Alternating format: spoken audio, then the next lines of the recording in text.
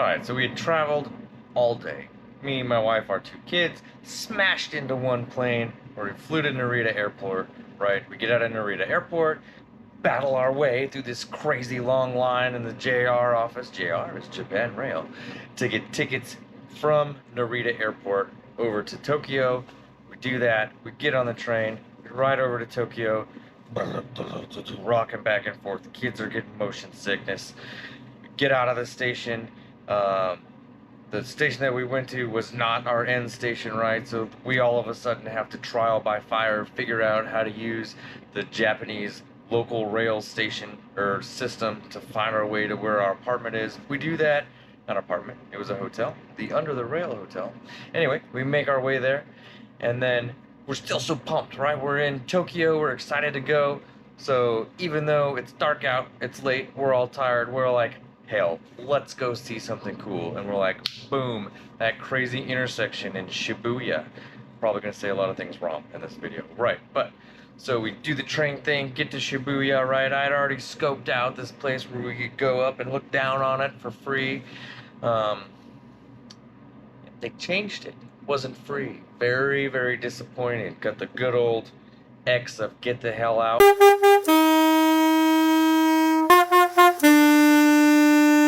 Okay, doing another travel video. This time it is Tokyo, Japan. In my travel videos, I will rate the location on a scale of 1 to 10 in 5 different categories. Those categories being cost, cleanliness, transportation, things to do, welcomes. There is another video that breaks that down in a lot more detail. That'll be down in the description, right there. Right, but let's just kick it right off. Start with the first category, which is cost.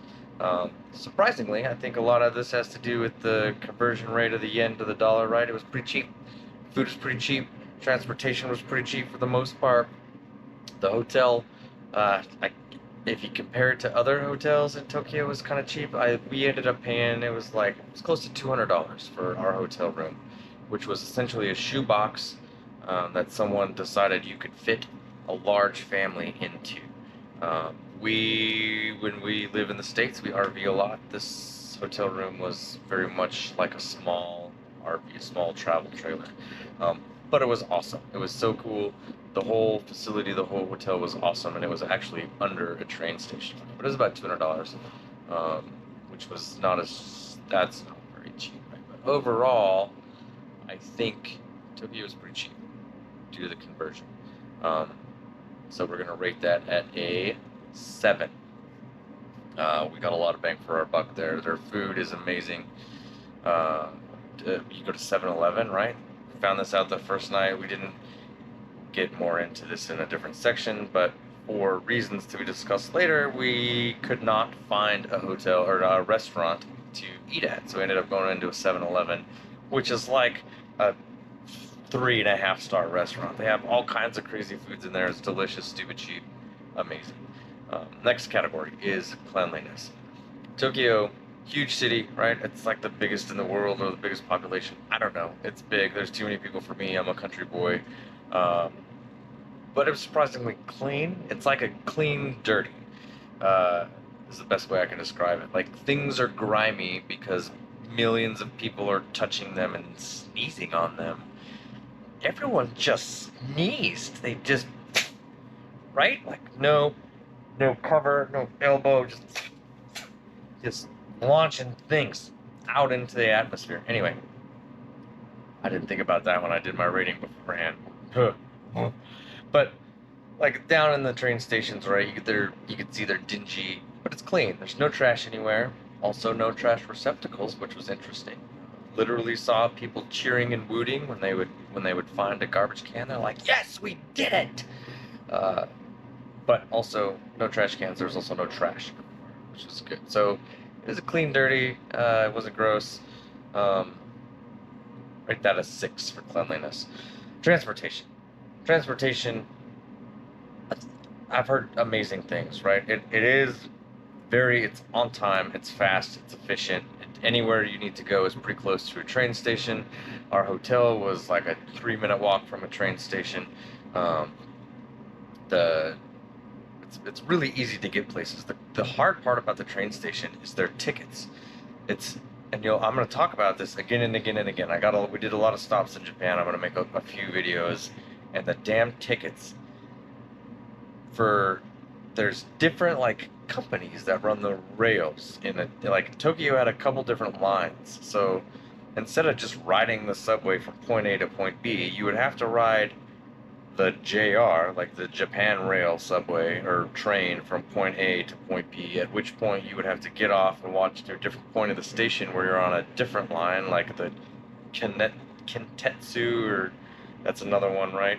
And then you have to buy a different ticket for that train, get on that train, ride it from point B to C, where you would get off, go to this different part of the station on a different line, buy a different ticket, and go from C to D. And it was a lot. And I'm old, and my brain is starting to get fragile. And ask anyone that was with me, it was not a good day. And that ties into the bullet trains, right? Are big down in Japan. We'll talk about those at some point too. Their ticket, you have to have an express ticket and a fare ticket, but the fare ticket's good for several days going in one direction. But if you ever come back, you have to get a different fare ticket to come back in the opposite direction. But every ride you need its own express ticket or super express ticket that can be green or reserved, or it's at some points you have to have three separate tickets, and you put them in the machine, and the machine, if you don't have them, will beep and be red, and then the Japanese man will come over, and he's not necessarily angry. You can tell he's annoyed because he thinks you're dumb, even though they have this ridiculously complex ticketing system. Long story short, trains are awesome. Sometimes they're really, really full, but whatever. So are all trains in all big cities. But the ticketing, they're so hard to use. Maybe it's just me. Anyway, 6.5. That's what we'll get. Awesome, cheap. Just the tickets are too damn complicated. It's one of my disappointments. We actually read a lot into how to work the ticketing system, but we were not prepared at all. All right, things to do. That's the next one after transportation. Things to do. There's the Shibuya intersection that we talked about. That was kind of disappointing because the deck that I had read about was free to go up. We're cheap, right? Family of four, anything, even if it's just a little bit not cheap, you multiply that by 4 and it's expensive. So we're super cheap. But we found this deck that was free, and it wasn't free when we got there. They had turned it into, you had a cover charge to get up there, and when it was free, it was open till 10. With the cover charge, it was also open to 10, but the rest of the building closed down. So when they discovered we weren't going to pay the cover charge, we got the good old Japanese, they dine, whatever, I don't know. It's in Fast and Furious movie. They give you the X to tell you to get out. We got that a lot. The first night, we'll talk about that in a minute. But so I didn't know at that point, but you can go up in Starbucks or some other free places you can go to. They're hard to get into because they are free. Either way, it's kind of disappointing. It was cool, lots of people, but we didn't get to do what we wanted to, so we were sad. But there's tons more. Tokyo Tower, Skytree, lots of shopping, like real shopping in stores or not real shopping, or it's still real shopping, but in the cool markets I talk about a lot. There's Don Quixote stores, which we were trying to find in the rain, and in my head I had a mental picture of what a Don Quixote was, and it was a nice store. It's like it's Japan. It's chaotic, right? It's just crazy, and I walked right by it like twice because it wasn't what I thought it was going to be. Lots of parks. Ueno Park is amazing. There's tons of stuff in there. There's museums. There's markets. There's temples. We went to a temple. We went to a market. We ate food. There's a cool cherry blossom walk that was beautiful, except when we were there were no cherry blossoms. There was just a row of dead trees. Not dead, but sad, leafless trees. Imperial Palace, right? The palace, you can take a tour that you kind of have to plan ahead, register online, go at certain times, and you can go see the palace. That fills up really quickly, so we didn't get into the tour. We got to walk around the garden. We never once got to lay our eyes on the palace, but the gardens were amazing. There's waterfalls and cherry blossoms that weren't blossoming and all kinds of cool stuff.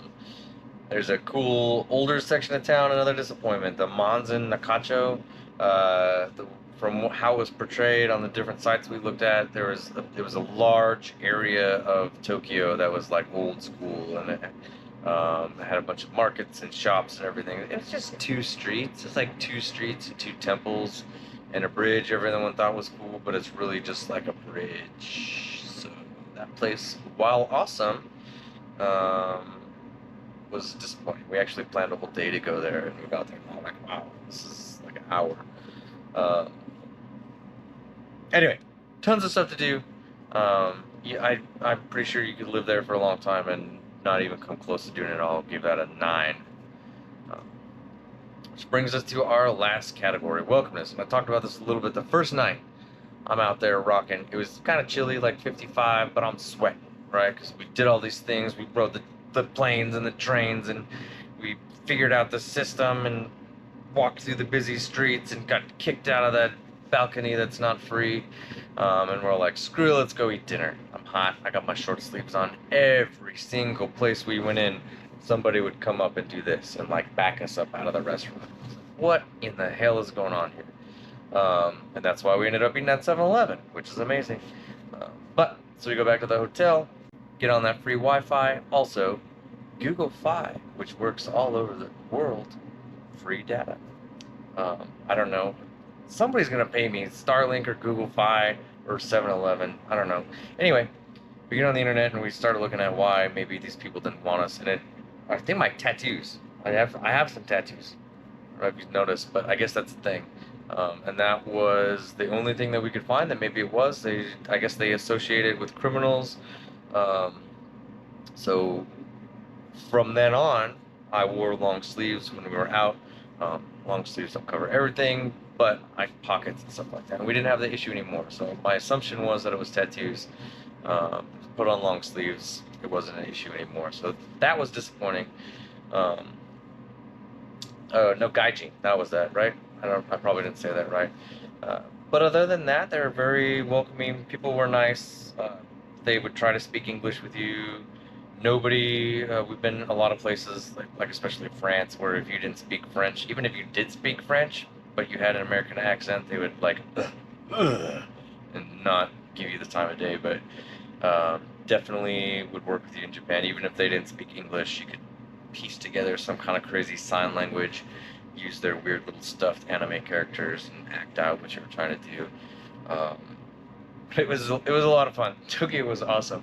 So let's go over the rating. Okay, so we gave cost 7, cleanliness 6, transportation 6.5, things to do big O 9er, and welcome 7.3. It's a kind of famous diesel engine made by Ford. Anyway, so again, higher the number the better. Scales 1 to 10. Closer to 10 you get, the closer to perfect you get. So, and then we add it all together, do math that doesn't make sense, and it comes out with 72. That's the final score. I believe that's the highest one we've done so far. Tokyo was amazing. A lot of people love it. I loved it. Whole family loved it. It's very busy. Like I said, we're kind of country people, so by the end, my wife and I were ready to go home, but the kids were sad. Anyway, that is Tokyo. I got a lot more. We did a big trip through Japan, so there's quite a few more. We got Kyoto coming up, Osaka, Nara, Hiroshima. We'll definitely talk more about the bullet trains, which were awesome. So stay tuned. If you like this video, hit like. That's why it's there. That's why they call it like. So if you like it, you hit the like button, right? If you want to see more, hit subscribe. Get notifications. Go crazy, right? It's awesome. Anyway, or you don't have to. Maybe you just watch this one, just entertained by my weird pale skin, and you'll move on after this. That's fine too. Thanks for coming. Bye.